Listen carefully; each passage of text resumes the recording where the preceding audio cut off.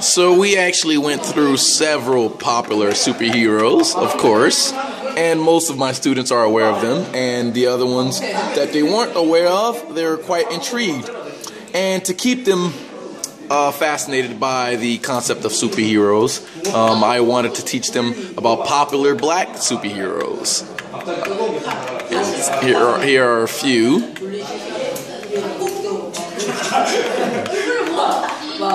And so we started talking about the gays in terms of how do they feel about not seeing a lot of Asian superheroes. When you go on Wikipedia, you see a lot of Chinese superheroes, you see an enormous amount of Japanese superheroes, but check out the Korean list.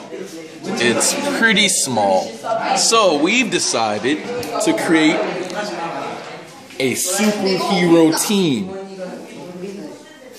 like the Avengers or the X-Men. So I've decided to divide the camp into half. I printed some outlines out so they can, it'll help them draw their superhero. I've also asked them to create a female within the league, within their own little team. Ho ho.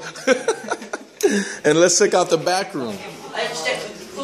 They've also created their own name, and they haven't started yet, but yeah. Did you guys, hey everyone, did you come up with a team name? What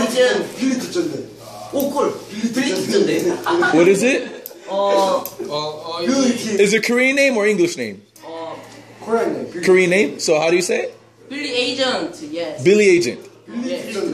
He's too fast. Billy Tikjonde. Billy Tikjonde? Yes. Oh, nice. Hey, you guys, did you come up with a team name? Bluetooth. Really? Yep. Super Brutus. Brutus, as in my name. Yes. Wow, Brutus. They've decided to choose my name as their team's name. I'm flattered. I'm really flattered.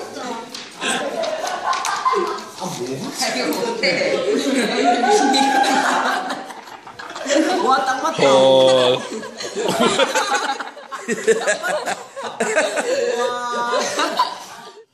If comics are written mostly by white men, I can't, realistically, expect them to cater to the black nerdy boy in me. And certainly I've felt the same angst from my Asian students. We essentially have the same plight, that in a world where white characters are default and or have equal representation, we crave to see or at least root for someone that looks like us. The comic world suffers from a great deal of cognitive dissonance. It wants to create harmony by creating well-balanced characters, but it does the opposite and isn't sure what to sacrifice to reduce the dissonance.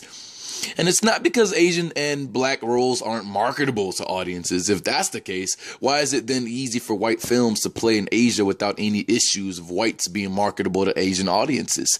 Whites are the world default. All of my Saturday morning cartoons were default, except for the breakdancing Black Power Ranger.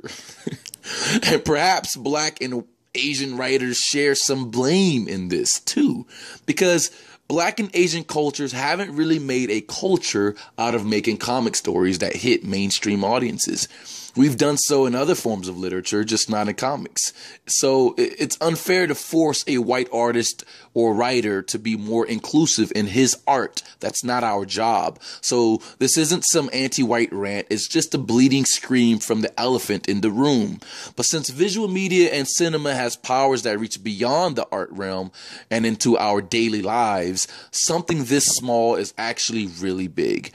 And perhaps that's only true for visual media and cinema, where black and Asian males are often typecast for certain roles. I say that because I honestly don't think adopted children or biracial children wish their parents looked more like them, because the establishment of family, values, intention, attention, unconditional love, respect, all of these elements comprise of a larger priority. And for the most part, they exist. They exist.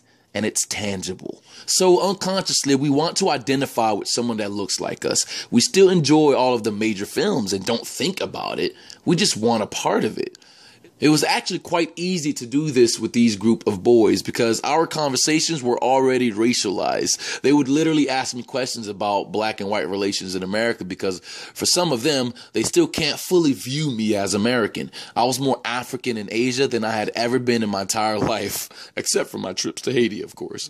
It was challenging because we had to keep it under the context of learning English. They had to explain their team powers in English, say how they'd win in English, and we used a set of English vocabulary words to help them along. It was a student-centered lesson plan, very autonomous, filled with free talking, the same necessary tool one needs to be an English-speaking artist. And for black, brown, and Asian boys, they just hope for a more colorful brush.